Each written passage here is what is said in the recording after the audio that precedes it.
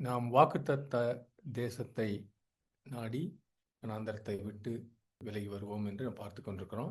இன்றைக்கு 6வது பகுதி. வனாந்தர மனப்பான்மை என்றால் நம்மை பற்றியும் நமது தேவனை பற்றியும் நம்முடைய நோக்கம் அழைப்பை பற்றியும் தேவன் தன்னுடைய வாக்குத்தத்தங்களுக்கு உண்மையுள்ளவர் என்பதை பற்றியும் நாம் எதிர்மாறாக சிந்திக்கிற மனப்பான்மை. முதல் வனாந்தர மனப்பான்மை, என் எதிர்காலம் என் கடந்த காலத்தையும் நிகழ்காலத்தையும் அடிப்படையாக கொண்டது. My future is based on my past and my present.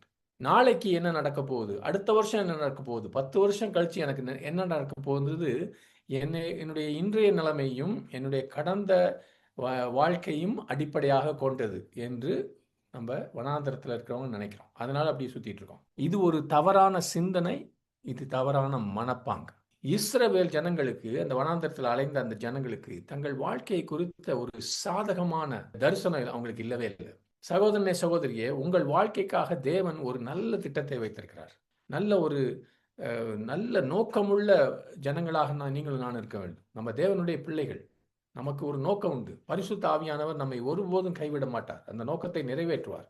2வது தவறான மனப்பான்மை, இந்த வனாந்தரத்தில் இருந்த இஸ்ரவேலர் வனாந்தரத்தில் அலைச்சலின் மனப்பான்மை, வேற யாராவது இதை எனக்காக செய்யுங்கள், நான் இந்த பொறுப்பை ஏற்க விரும்பவில்லை. இப்படிப்பட்ட கூட்டம் நிறைய இருக்குது சபைகளில். ஒரு பொறுப்பை கொடுத்தால் அல்லது பொறுப்பு தான் கண்களுக்கு முன்பாக இருந்தால் யாரோ செய்யட்டும். ஜனங்கள் பொதுவாக தங்களுடைய வாழ்க்கைக்கே பொறுப்பேற்க விரும்புவதில்லை. அதனால நாம் ஒரே மலையை, ஒரே தடையை மீண்டும் மீண்டும் சுற்றி வந்து கொண்டே இருக்கிறோம். தேவன் நமக்கு ஒரு பதிலை அங்க சொல்ல விரும்பும் போது நாம் அதை எதிர்கொள்ள விரும்புவதில்லை. பொறுப்பு என்று பொறுப்புன்னா கணக்கு கொடுக்கணும், அதான் பொறுப்பு.